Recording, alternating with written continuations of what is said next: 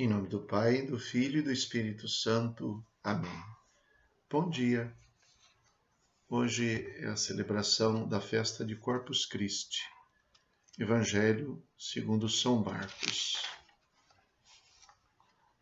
No primeiro dia dos ázimos, quando se imolava o cordeiro pascal, os discípulos disseram a Jesus: Onde queres que façamos os preparativos para comeres a Páscoa?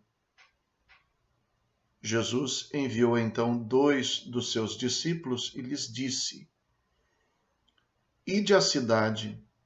O homem carregando um jarro de água virá ao vosso encontro. Segui-o e dizei ao dono da casa em que ele entrar: O mestre manda dizer: Onde está a sala em que vou comer a Páscoa com os meus discípulos? Então ele vos mostrará no andar de cima uma grande sala, arrumada com almofadas. Aí fareis os preparativos para nós. Os discípulos saíram e foram à cidade. Encontraram tudo como Jesus havia dito e prepararam a Páscoa. Enquanto comiam, Jesus tomou o pão e, tendo pronunciado a bênção, partiu-o e entregou-lhes, dizendo: Tomai, isto é o meu corpo. Em seguida, tomou o cálice, deu graças, entregou-lhes, e todos beberam dele. Jesus lhes disse: Isto é o meu sangue, o sangue da aliança, que é derramado em favor de muitos. Em verdade vos digo, não bebereis mais do fruto da videira até o dia em que beberei o vinho novo no reino de Deus. Depois de terem cantado o hino, foram para o Monte das Oliveiras. Palavra da salvação. Glória a vós, Senhor. As palavras de Jesus neste Evangelho nos fazem refletir profundamente sobre o convite que Deus nos faz para participarmos da Eucaristia, para comungarmos da sua vida. O contexto é a celebração da Páscoa. No primeiro dia dos pães ázimos, quando se imolava o cordeiro pascal, que eles comiam em refeição. Então, nesta ocasião, Jesus responde aos que perguntam sobre onde comeria a Páscoa, que deveriam ir a determinado lugar e assim, numa sala de cima, na casa daquela pessoa que ofereceu, eles celebrariam a Páscoa. É fundamental uma reflexão sobre a palavra que Jesus manda que seja dita ao dono da casa. O mestre manda dizer: Onde está a sala em que vou comer a Páscoa com os meus discípulos? Onde está esta sala? Esta passagem nos faz lembrar o texto do Apocalipse de São João, quando, lá no capítulo 3, versículo 20, então o autor nos diz assim: Eis que estou à porta e bato. Se alguém ouvir a minha voz e abrir a porta, eu entrarei em sua casa e tomarei refeição com ele e ele comigo. Entrarei em comunhão com ele, em outras palavras. Onde está a sala em que vou comer a Páscoa? Onde é que a Páscoa do Senhor Jesus vai encontrar acolhida? E aqui o livro do Apocalipse é sempre visto nesta passagem como representando o coração do ser humano. Eis que estou à porta e bato, a porta do coração do homem. Se alguém ouvir a minha voz e abrir, entrarei e farei refeição com ele e ele comigo. Então a pergunta ressoa para nós: onde está a sala, onde está o coração em que vou comer a Páscoa com os meus discípulos? O contexto é este, da festa da Páscoa e da refeição. O Evangelho continua dizendo assim: enquanto comiam, quer dizer que durante a refeição, enquanto comiam, ele tomou o pão, pronunciou a bênção, partiu, entregou e disse: tomai, isto é o meu corpo. Da mesma forma, tomou o cálice, deu graças, entregou-lhes e disse: isto é o meu sangue, o sangue da aliança que é derramado em favor de muitos. De muitos porque as pessoas podem abrir ou não a porta. Eis que estou à porta e bato. Se alguém ouvir a minha voz e abrir, entrarei e farei refeição.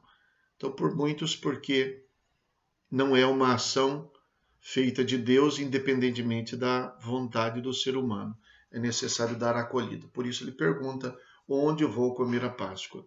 Vou comer a Páscoa onde abrirem a porta, onde derem lugar, e farei refeição então.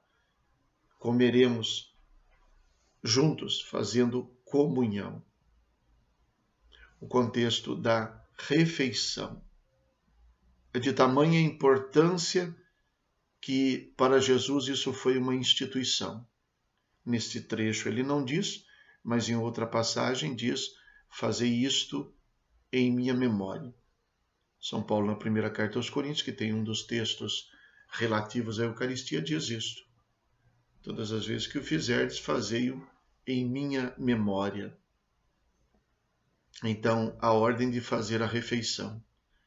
A Eucaristia tem 3 dimensões, ou existem 3 dimensões que são reconhecidas como Eucaristia. A Eucaristia como celebração, a missa da qual participamos, a Eucaristia como comunhão, a hóstia consagrada que recebemos, e a Eucaristia como presença real, que permanece mesmo depois que a celebração termina.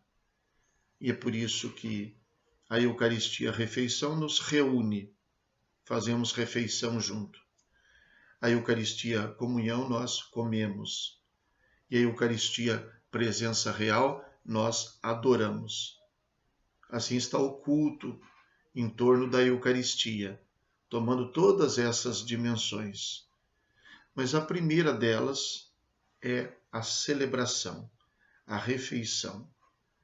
Daí a importância da gente entender que a adoração ao Santíssimo não vale mais do que a participação na missa. Da gente entender que mesmo que a gente não receba a comunhão, que a gente não coma da hóstia consagrada, mesmo assim, ainda participamos da Eucaristia quando nós nos reunimos. É por isso que a gente sai da nossa casa e vem para a igreja, para nos reunirmos e fazer refeição. Jesus não consagrou o pão e mandou para os discípulos comerem quando eles quisessem.